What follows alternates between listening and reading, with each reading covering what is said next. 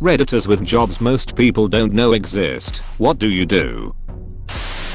I work at a company which will remain nameless that gets rid of commercials and sports bars, and now in the home, replacing it with endless amounts of media customizable by the consumer.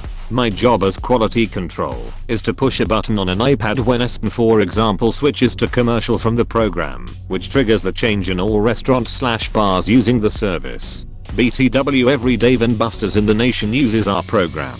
TLDR, I get paid to watch ESPN and push a button on an iPad. Funny story, co-worker got explosive diarrhea during a tryout shift with Buffalo Wild Wings and missed numerous switches and ended up costing us what would have been our biggest client. That was a lot for one sentence. I used to be an E911 call tester for a large service provider in the US. Literally drive cell tower to cell tower calling 911, making sure it all routes to the correct emergency services. You'd be surprised at how many times it would fail. As someone who's tried calling 911 and repeatedly had the call fail 12 times before connecting, in the middle of a large metropolitan area, and in the middle of the day, I'm not surprised. This gives me the creeps to read. I have a recurring dream where I need to call the emergency line and it just doesn't connect. Scares me so much in my dream. I caption telephone calls in real time for the deaf and hard of hearing as my part-time job. Edit. You guys have had some awesome questions and I tried my best to answer most of them. To those who are worried my job is in jeopardy because of automation etc., this is my part-time job, not my career. I do this because as I learned more about the deaf community, I wanted to do everything I could to help them. They are a truly amazing community who do not get enough support from the government or the hearing community. I want you all to think of the last phone call you made. Now imagine you can't hear the other person. How much more difficult would your life be? Thanks for all the comments. I used to build hiking trails. A lot of people assume they just are naturally formed or something, but that's the goal of a good trail builder. I work in a national park, and I got told that building a trail can cost up to 10k per kilometer. I also heard that in other national parks, the price for 1 kilometer can go up to 40k and even higher. People don't realize that trails are actually quite a huge investment for something made out of dirt. Edit. I'm talking about Canadian dollars. Where does that cost come from? I can see it for backcountry trails where they either can't use power tools or can't get out there easily. But damn, that's higher than I would have guessed. Design, extra material, tree removal, labor, anti-erosion measures, where the trail goes, etc. I know someone that drives around the city rating the quality of each road, block by block. I do that for free. But then you're spending money on gas. At least charge them that. I work as a falconer, using birds of prey to keep other birds away from train tracks, airports, farms, you name it. It's like being a bird bounty hunter.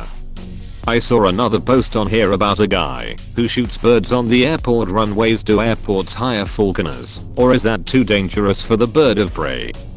Yes and no, but from what I know, it really depends on the airport managers and the regulations per province/state. As for me, I'm from Canada, so firearms aren't as common as an option, but even then pyrotechnics, not used to kill, but make loud noises to scare the birds, are usually the default way to handle birds around airports. There is a few issues with that, one being birds can get used to the sounds of pyrotechnics, and so they can often lose their effectiveness, where a bird of prey will always be a threat to them, and just one being in area can keep them away for days at a time. It's also not dangerous for our birds as they are well trained. I'm a flavorist. We basically create or duplicate flavors using chemicals, extracts, oils, etc. Food processing destroys a lot of natural flavors, so it's our job to make sure the food tastes the way it should. Products that say made with real cheese taste so good because of cheese flavoring, not because there's a small amount of cheese in there. You think you know how something tastes until someone asks you to duplicate it for them. Have you ever made any new flavors? Oh, definitely. Every food/beverage company is always looking for the next big trend. Most recently I did a Mexicali tequila flavor that had hints of chocolate, caramel, cinnamon and cream. Please do gamer girl flavor.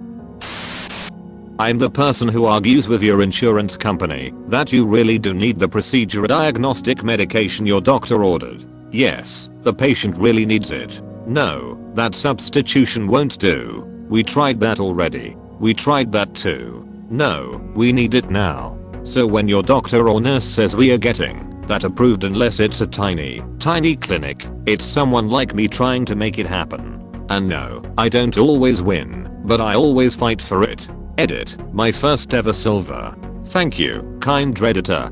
In fact, thanks to all you guys for your kindness. You are a god. Damn. Hero. Thank you. Someone like you gave the okay for my hysterectomy, and I appreciate it. Thank you. And you're welcome. You just have to have good general medical knowledge and a good balance of patience and stubbornness. I'm a commercial diver. I do underwater construction / salvage / inspection. People don't think about it, but pretty much any job that requires something be done underwater we get a call. It's loads of fun and the pay is great. How do you get into that? Head first, with a diving suite. Do you know why divers fall backwards into the water when leaving a boat? Because if they fell forward, they would still be in the boat. Not recently, but a few years ago, my job was to timestamp Netflix videos for the skip intro button. It was the single best job ever until they stopped allowing remote work for what I was doing. I would wake up, log into a special page, and had a list of videos / series etc to timestamp. I was paid for 8 hours of work a day when most days I could breeze through my daily workload in 2 to 3 hours. For about a year I was free to do whatever the hell I wanted. Just wake up, do a few hours work, then be done. Then they introduced this feature called work ahead. Basically I could do 2 days of work in about 5 to 6, sometimes 7 hours, and have the next day off and still get paid. Shit was gravy and the best job ever. On the plus side, when I was let go, my account I still use is fully upgraded, and I don't have a payment due until December 31st. 3000 lol. I'll be leaving my Netflix account to my kids and their kids. I paint corporate scenery. Corporate scenery is everywhere, but it's designed to be unobtrusive. Whenever there's a stage at a conference, or a trade show, or product release, or an ad shoot, they hire a scene shop to build and paint their specific design. For a high profile example, my shop built and I stained the wood for the Ubisoft stage at E3 2019. Pretty much anyone can slap a coat of paint on a wall. My specific skill is needed to mix exact brand color matches, paint logos onto things, and when the work is going to be seen right up close I can do really high finish work to make it totally clean and perfect and give them the exact sheen / surface quality the designer specifies. My mom is a horse braider, not a breeder but a braider. She braids horses' manes and tails for horse shows. It's quite lucrative, as people who own horses know. Everything to do with horses is expensive. As someone who rides professionally, I have to say that the entire world is extremely grateful for braiders. I hate braiding. Braiding is the worst. Why she loves it. Can't understand how she can do 70 to 80 horses a week during season, but she manages it. Holy hell, her poor hands. I get sore and swollen after just 2 or 3 horses. Mad respect for your mom. Not the only thing I did at the job, but definitely the weirdest. I worked at a grocery store last winter, right around Christmas time. I had to sprinkle dirt on the potatoes in the produce section to make them look freshly picked. Then the customers would get home and erase all my hard work. Edit. Wow. Platinum as my first award. Thank anon. I work at a grocery store too, and they'll send me around the store with basically a razor blade on a stick to peel produce stickers off the floor.